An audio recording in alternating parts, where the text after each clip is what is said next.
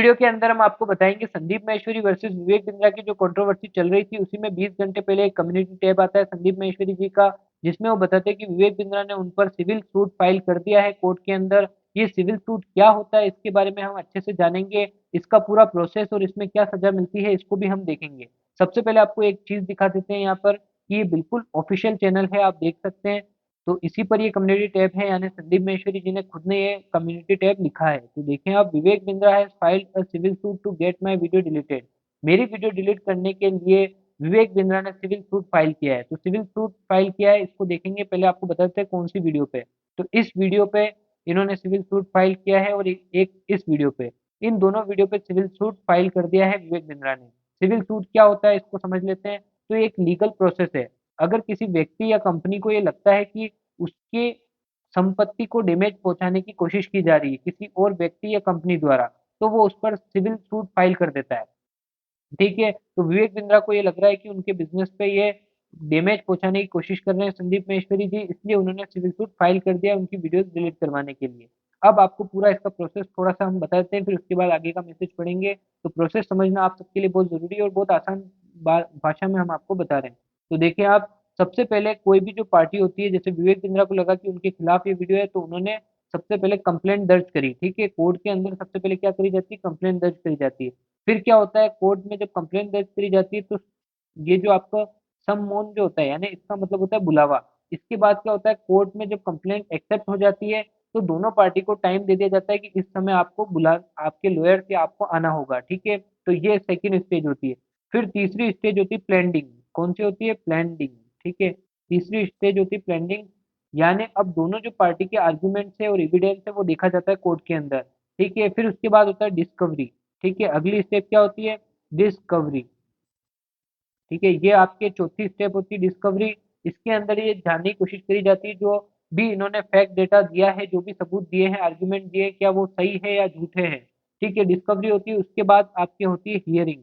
क्या होती है? हियरिंग, ठीक है? ये 5वीं स्टेज होती है हियरिंग की। इसमें क्या होता है कि कोर्ट एक हियरिंग शेड्यूल करता है, जिसमें दोनों पार्टीज़ अपने आर्गुमेंट और एविडेंस को प्रेज़ेंट करते हैं, ठीक है?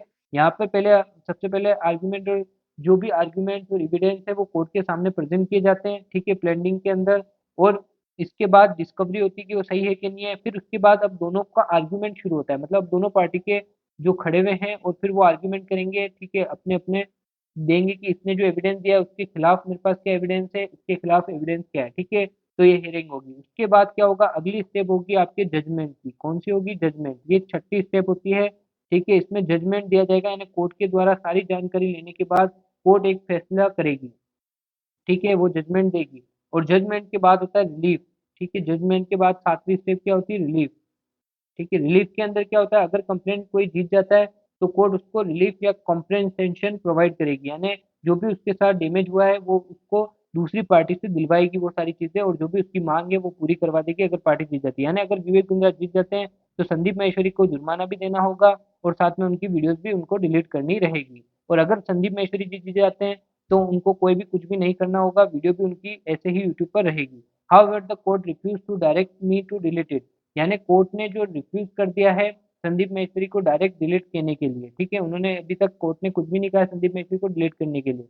Without considering my written stand, यानी अभी तक मैंने उनको कोई भी रिटन स्टैंड नहीं दिया, उसके बावजूद कोर्ट ने सामने वाली पार्टी को रिफ्यूज़ कर दिया है कि वो नहीं कहेगी वीडियो डिलीट कराने के लिए, ठीक है? When my lawyers informed the honourable court that my video is truthful, जब माननीय कोर्ट को मेरे जो लॉयर्स हैं, यानी संदीप महेश्वरी जी के लॉयर्स हैं, उन्होंने कहा कि उनकी वीडियो क्या है, सच्चाई से भरी हुई वीडियो है, उसमें कुछ भी झूठ नहीं है।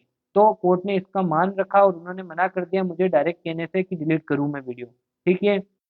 आगे देखें, in the fact the honourable court in the interest of peace, यानी जो माननीय कोर्ट है, वो किसमें दिलचस्पी है उनका? पीस में, शांति में, यानी ये शांति से ये पूरा निपटारा कर दिया जाए इस मामले का, इसमें कोर्ट की बिल्कुल दिलचस्पी है। और दोनों पार्टीज़ को ये कहा गया है कि वो कोई भी एक-दूसरे के खिलाफ वीडियो नहीं पब्लिश करेंगे।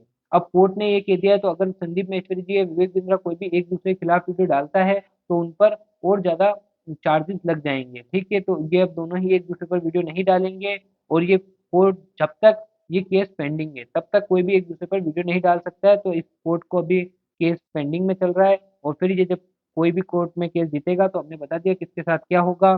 सत्यमेव जयते इन्होंने लिख दिया है हैशटैग करके, तो ये आप देख सकते हैं, ये अभी-अभी कम्युनिटी टैब था, आपको हमने पूरा प्रोसेस अच्छे से समझा दिया है और आपकी क्या राय है इसमें आप भी कमेंट करके ज़रूर बताएँ। Thank you for watching, video कैसी लगी ये भी ज़रूर बताएँ।